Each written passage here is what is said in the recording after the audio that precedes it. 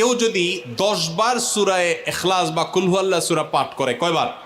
10 বার, রাতে দিনে যে কোনো সময় 10 বার যদি কেউ কুল হুয়াল্লাহ সূরা পাঠ করে, আল্লাহর নবী সাল্লাল্লাহু আলাইহি সাল্লামের হাদিসে ওয়াদা রয়েছে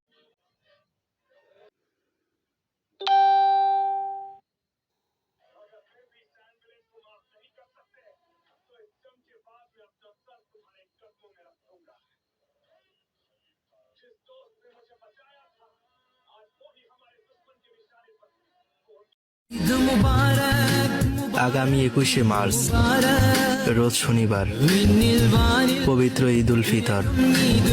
খুশি হয়ে থাকলে বলি আলহামদুলিল্লাহ।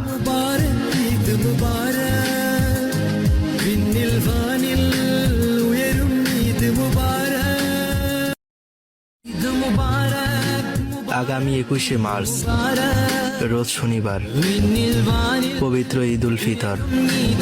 খুশি হয়ে থাকলে বলি আলহামদুলিল্লাহ।